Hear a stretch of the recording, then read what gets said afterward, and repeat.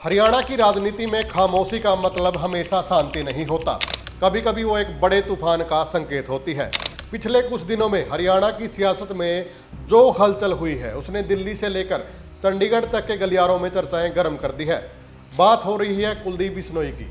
कभी बीजेपी नेताओं के बयानों से नाराज तो कभी सीएम के साथ बंद कमरों में लंबी मुलाकातें। क्या कुलदीप बिश्नोई हरियाणा बीजेपी की अनकही मजबूरी बन गए हैं?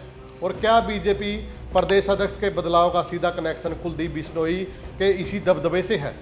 पिछले कुछ समय में बीजेपी के कुछ नेताओं की बयानबाजी ने कुलदीप बिश्नोई के समर्थकों को नाराज कर दिया था। ऐसा लग रहा था कि बिश्नोई परिवार और पार्टी के बीच एक बड़ी खाई बन रही है। लेकिन फिर वो हुआ जिसकी किसी को उम्मीद नहीं थी। प्रदेश के मुखिया यानी कि खुद मुख्यमंत्री का कुलदीप बिश्नोई के निवास पर पहुंचना, यह केवल एक शिष्टाचार भेंट नहीं थी। यह संदेश था, एक ऐसा संदेश जो यह बताता है कि कुलदीप बिश्नोई का राजनीतिक वजन आज भी हरियाणा की सत्ता के लिए कितना मायने रखता है। फिर आई चौधरी भजनलाल की पुण्यतिथि की बात। आदमपुर में उमड़ा हुजूम और उस भीड़ में दिखी ताकत ने साबित कर दिया कि बिश्नोई परिवार का जनाधार कोई कागजी नहीं है, यह जमीनी है। जब कोई नेता फील्ड में न हो, उसके बावजूद हजारों की भीड़ उनके बुलावे पर जुट जाए तो समझ लीजिए कि मैजिक अभी भी बरकरार है। बीजेपी आलकमान इस बात को अच्छी तरह समझता है कि आदमपुर ही नहीं बल्कि सिरसा से लेकर हिसार तक के बेल्ट में बिश्नोई फैक्टर को नज़रअंदाज करना किसी भी चुनाव में भारी पड़ सकता है। अब बात करते हैं उस बड़े घटनाक्रम की, प्रदेश अध्यक्ष का बदलाव कैसे हुआ।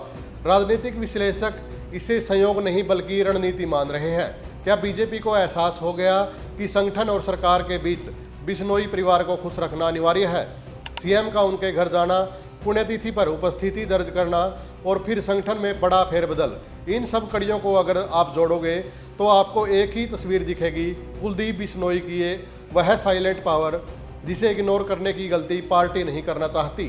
तो सवाल यह है कि क्या कुलदीप बिश्नोई अब बीजेपी के अघोषित किंग मेकर की भूमिका में है या फिर ये सब केवल एक शुरुआत है? कुलदीप बिश्नोई का ये सक्रिय होना क्या आने वाले दिनों में हरियाणा की पूरी राजनीतिक तस्वीर बदल देगा? आपकी क्या राय है? क्या बीजेपी के लिए बिश्नोई परिवार के बिना हरियाणा की राह आसान है? कमेंट बॉक्स में अपनी राय जरूर लिखें। धन्यवाद।